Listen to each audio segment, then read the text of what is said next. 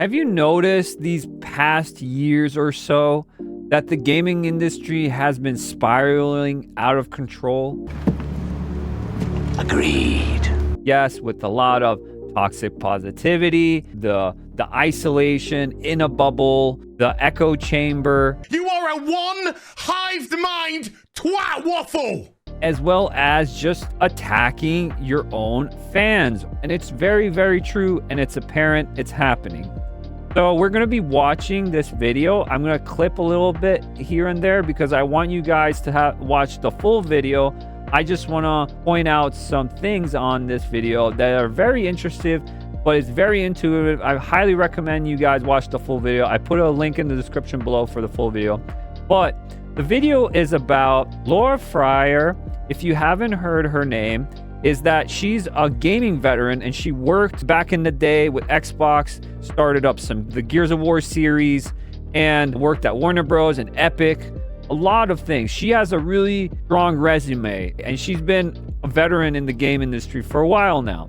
Well, she has her own YouTube channel, and she made this video herself about the game industry bubble. So we're going to watch this video, guys, and it's very, very informative and very well put together. I highly recommend checking it out, but we're going to clip a little bit in between to see a lot of points I want to make in this video itself about why is this a thing? Why is the gaming industry like this? It's a big club, and you ain't in it.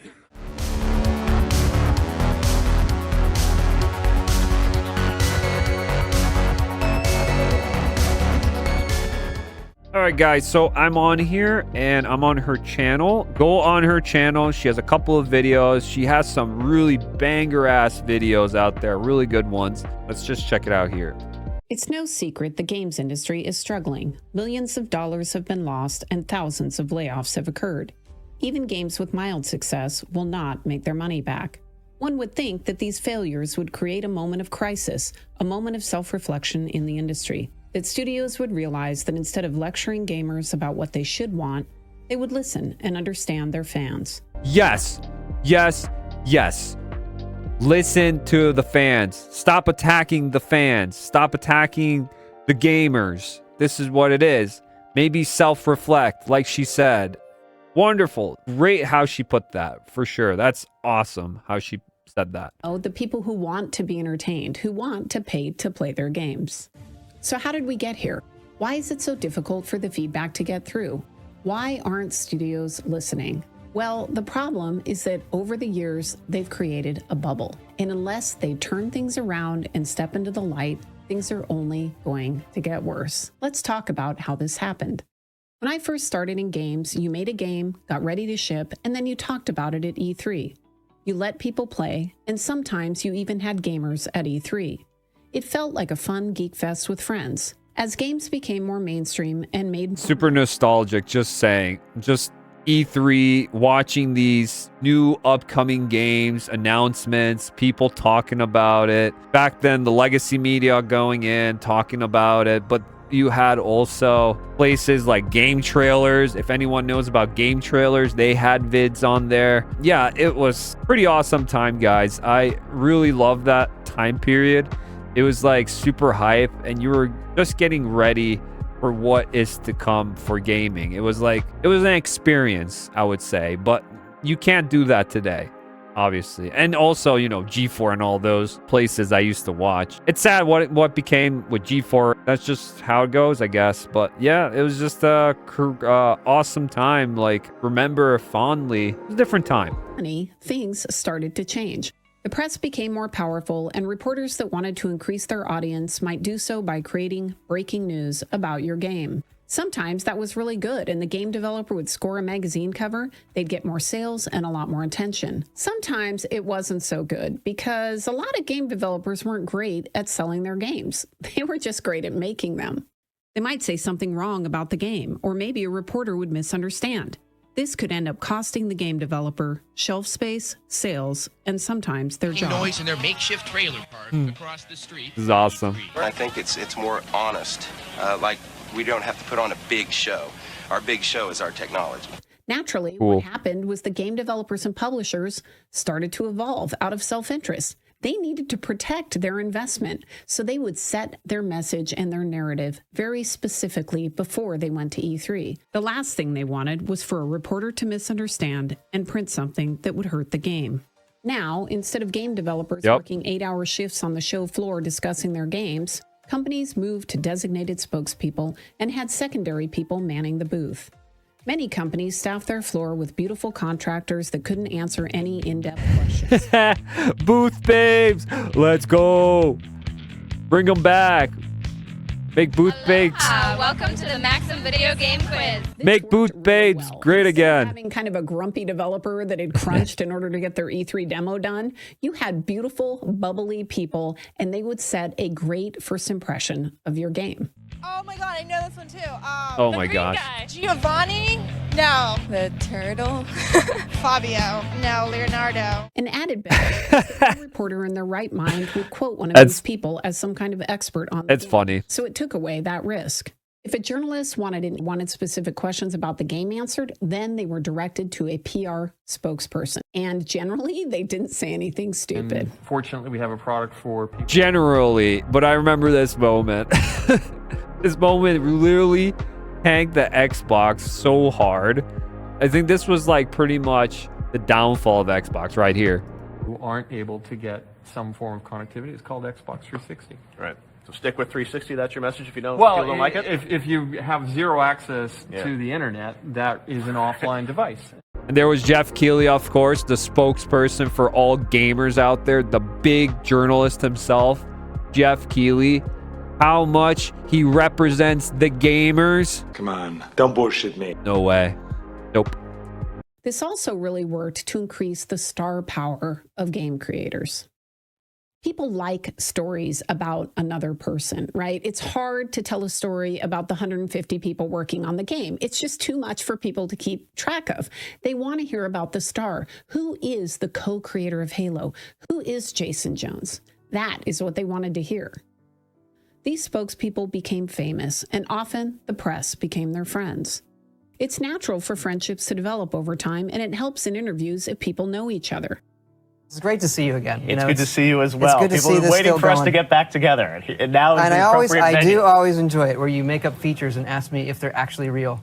Exactly. And then you go back and build them, right? No. Sometimes yes. Sometimes yes. We get the pressure to do that. Yes. This created a star power on the interface too.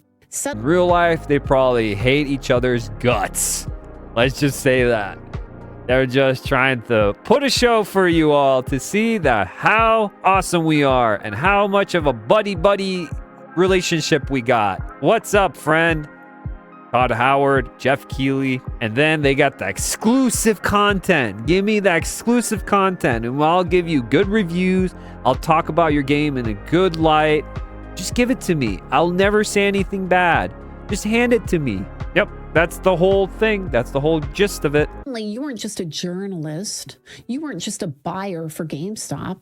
You were friends with some of the most famous and powerful people in the games industry. If you played your cards right, maybe you'd get exclusive interviews or get to break stories after drinks one night. And the escalation continued. It became normal to wine and dine the press and retail buyers. Since games were on physical media, I'll just clip through a little bit of this, guys, but I highly recommend watching the whole video. There's a lot here. I'm going to get to this part here because it's very interesting here too, this part. dynamics of the console business, but reporters liked it and they ran with it. And this still happens. As you saw with Dragon Age, a return to form is exactly what the designer wanted the press to say.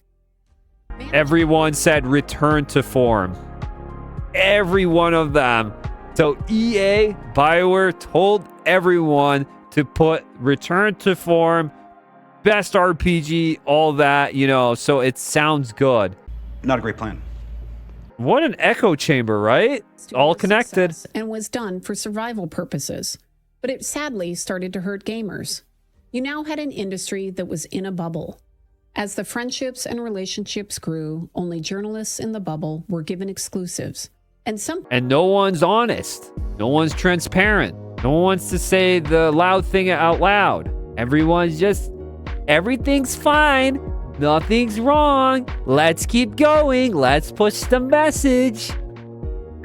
Just grinning, be happy, be positive. Shut up, bitch! Get the F out of here with that shit. You know there's problems in the game industry. I just can't. Let's continue. Times the review didn't match what was going on.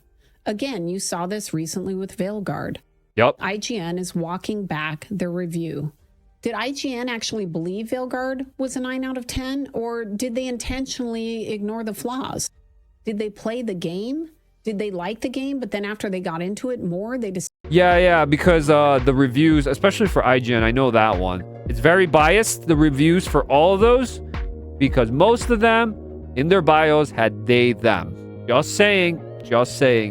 Kind of weird, right? Weird. decided they didn't like it anymore? It's just confusing as to why it appears they're walking back that review. Is it because suddenly they're seeing that gamers don't like it and the sales are going to be low? I don't know the answers, but it's not a news story. Then there were the awards at the shows. For game developers, it was a way to keep score, to get more marketing and support for your game.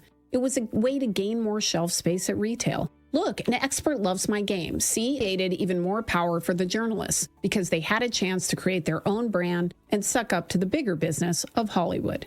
Then YouTube took off and threatened to bring the whole thing down. Yup, the YouTuber took away the movie star. I hate the word influencer. I don't like that word because I'm not influencing anyone. I'm just saying my opinion, and you have your own critical thinking of to accept something or not. That's your choice. I just like to point things out. And that's why the content creator has taken over the movie star. Suddenly, you didn't have to listen to a print magazine. You could just go watch the game being played online and hear what that person had to say about it. It took a while, but the industry started to notice. I remember being at WB Games and arguing with our PR team about this. Being a Hollywood company, they loved the current setup. They had been cultivating these relationships for years. They knew and loved the model. They didn't want to embrace the new reality. On Gotham City Imposters, we wanted a presence on YouTube, so we made the videos ourselves. All of these videos were done by the actual game developers. They didn't have a budget or help, just their own creativity and time. Once the big companies caught on that YouTube and streaming was here to stay, they started the process again. The playbook was the same. Cultivate a relationship with the most popular streamers and YouTube personalities that love your game. There we go. Now we got the journalist shilling for the studios, buddy. Now we got the content creator, the one that's the most positive, and they'll never say anything negative. You're gonna know if they're honest or not by the recognition of patterns. I always say pattern recognition is very important, and it does exist. When you see games fail one by one, obviously you see a pattern going.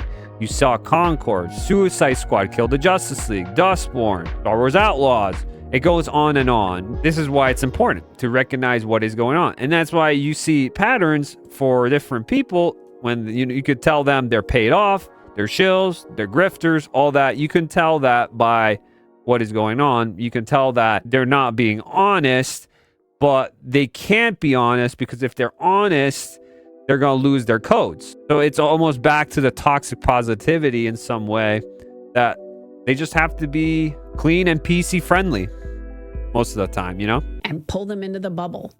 But then something changed. You see, when you're in a bubble or an echo chamber where no real feedback gets through, it's easy to make bad choices. It's easy to believe the friendly journalists when they tell you what a genius you are and how great your game is. On the score, yeah, we do mock reviews for every game that we launch, and this is like double digits lower than we thought we would be. You stop seeing what the gamers are actually playing. You stop understanding what they want. You stop listening because all you hear is how awesome you are. Yep. Let's look at Dragon Age. It took over 6 years to make that game. And that is very expensive even before you start talking about the marketing.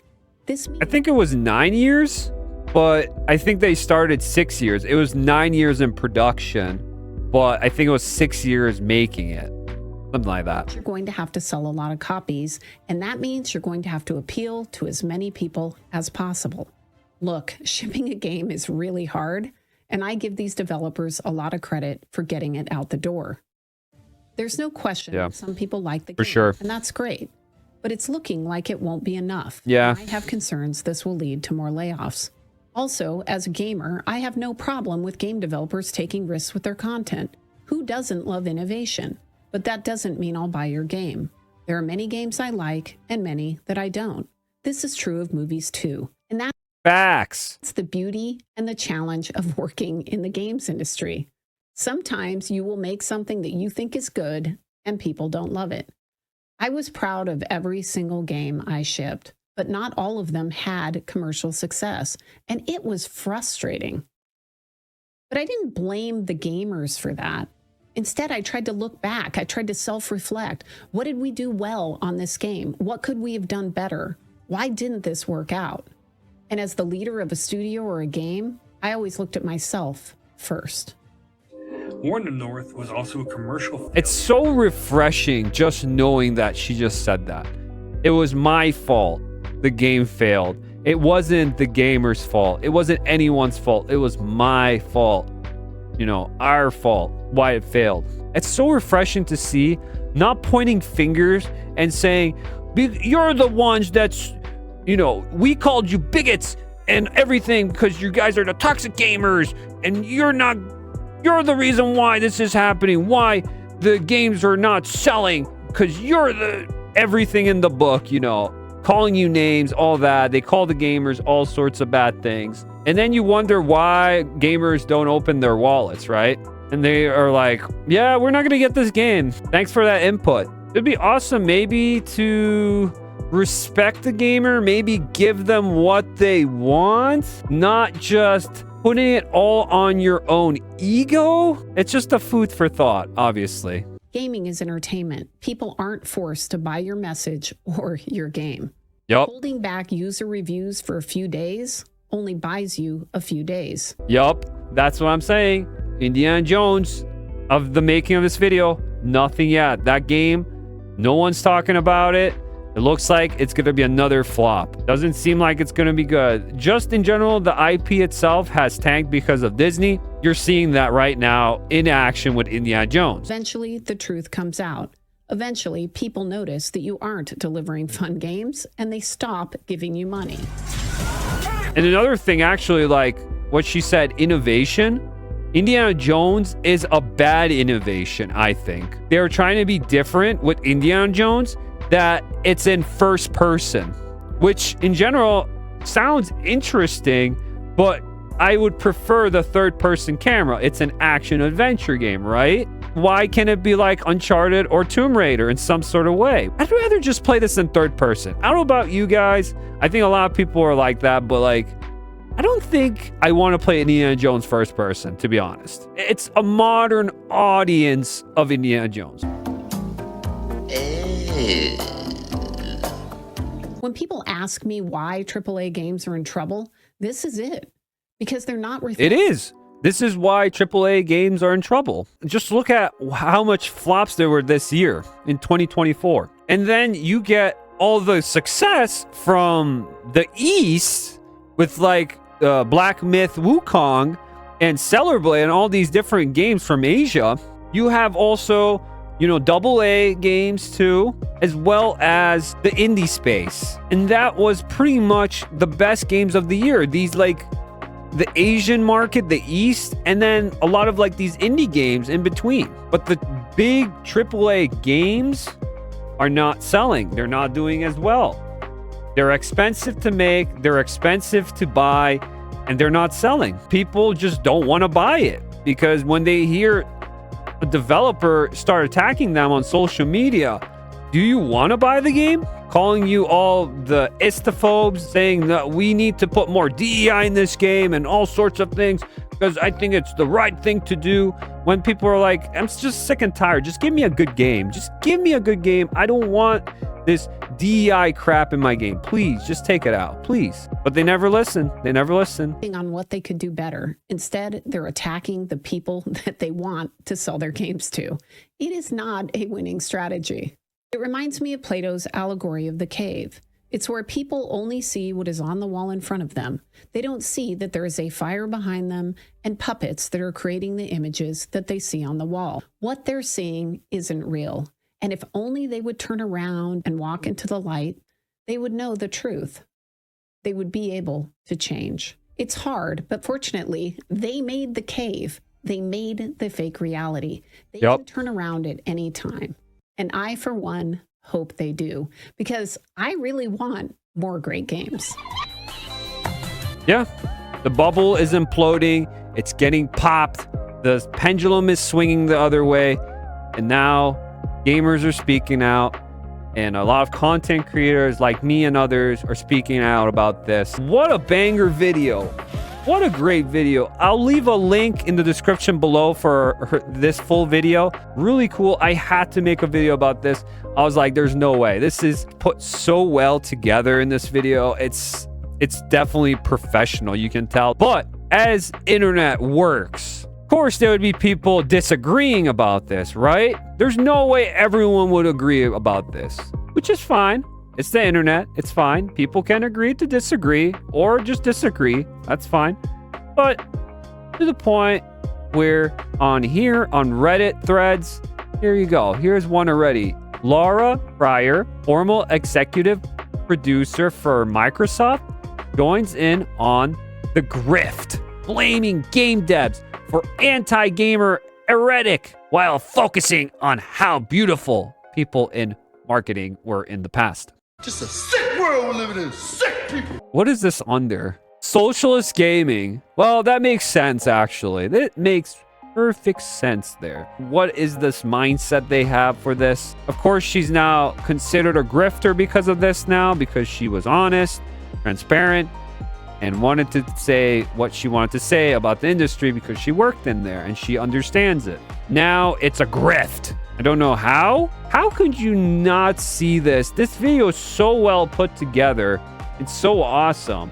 Even the part where she talks about E3 and in the beginning and how everything, it just sets up everything one by one in like a nice flow motion. It's so well done. How can you hate on this? Really, I just don't understand. But yeah, what do you guys think about this whole thing? Let me know in the comments below, guys. I thank you so much for watching this long. And if you didn't like this video, I still thank you so much for watching this long. Until the next time, guys, I'll see you soon all. Have a good one all. See ya. Don't forget to punch the like button and subscribe.